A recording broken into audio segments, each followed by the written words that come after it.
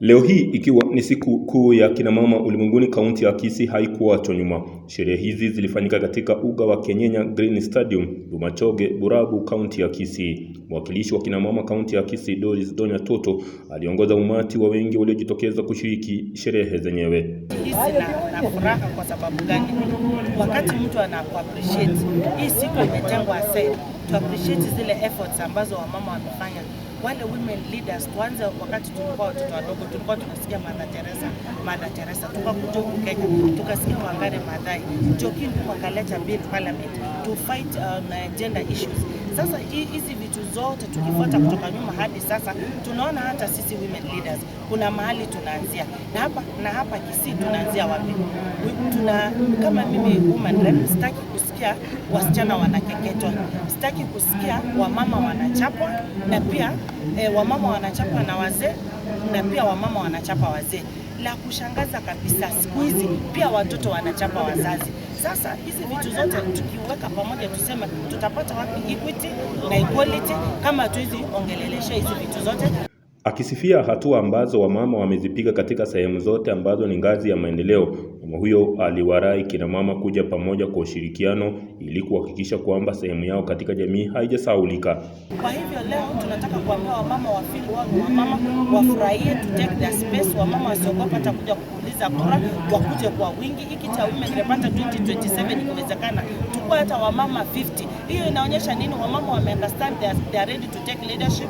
Na sisi we are ready to support all women starting from MCS, na tunafurahia sana hapa Kenya. Ona 2017 kulikuwa na 3 governors, sasa kuna 7 governors. Hiyo inakwambia nini? Women have started to appreciate that pia wao wako na ile space yenye nafanya kweli hii gender yetu ya women ikuwe felt that we are part of the society. Seneta mteule kutoka chama cha UDA Essy Okenyuri alisema kuwa utambuzi wa kina mama na siku hii ni kusherehekea hatua muhimu ambazo wamepiga kina mama. Na sehemu hii ambapo tunasherehekea siku hii ndipo mimi nilizaliwa hapa. So ilikuwa hima nifike hapa kusherehekea na wanawake wenzangu siku hii ambayo tunaangazia jitihada ambazo zinafanywa na kina mama viwango tofauti tofauti. Wale walio nyumbani, wale walio kwenye biashara, wale walio kwenye sehemu tofauti tofauti. Kulingana na yeye, ushirikiano ambao umekuwepo utaendelea, na maono yao haswa katika sekta ya afya na kina mama yataangaziwa na serikali kuu pamoja na kutoka hatua zote za uongozi. Kama mwanachama wa kamati ya afya kwenye bunge la Seneti, tunaangazia sana afya ya uzazi. Akina mama wengi vijijini wameathirika na afya ya uzazi. Ningependa kutoa wito kuwa akina mama popote mlipo, wakati unapatwa na shida hii, ni vizuri uje mbele mapema ili uweze kuangaziwa kabla ugonjwa hujaenda mbali. Cha pili, ningependa kushukuru jamii ya Mkisii kwa kuhakikisha kuwa akina dada wamepata masomo. Mimi ni kielelezo kizuri kwa sababu mimi ndio seneta wa kwanza kuteuliwa kutoka eneo bunge hili.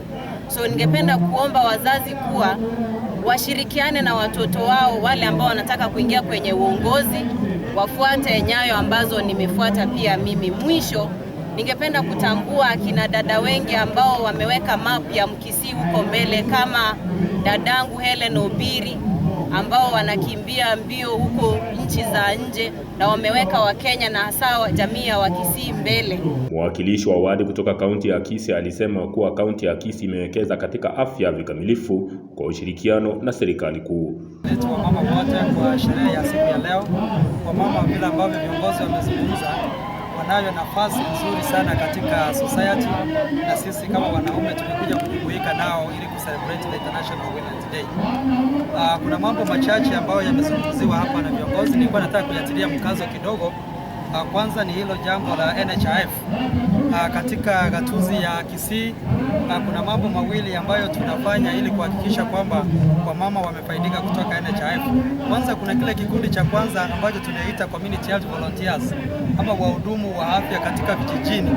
Wale wahudumu wa afya katika vijijini, mnajua kwamba 70% ya wahudumu wa afya katika vijijini ni wanawake. Na sisi kama county government, mimi nikiwa mwenyekiti wa committee ya health pale Kisii County Assembly, tukifanya pamoja na His Excellency the Governor, tumeweka pesa milioni 32 ili kuhakikisha kwamba wale wahudumu wa afya, the community health volunteers, wanaenda kupewa NHIF na wanaenda kupewa stipend kila mwezi ya shilingi 2,000. Kwa sababu hiyo ni kitu ambayo kinaenda kuanza, na wale ambao watafaidika zaidi ni wamama, maana 70% ya wahudumu wa afya ni wamama. Ndizo sherehe ambazo zilinoga katika uga huo katika eneo la Bomachoge, ambazo ziwaleta pamoja viongozi wa mashirika mbalimbali yasiyokuwa ya kiserikali na yale ya kiserikali kusherekea uwepo wa kina mama. Nikiripotia Tawala TV, jina langu ni Gilbert Kobi.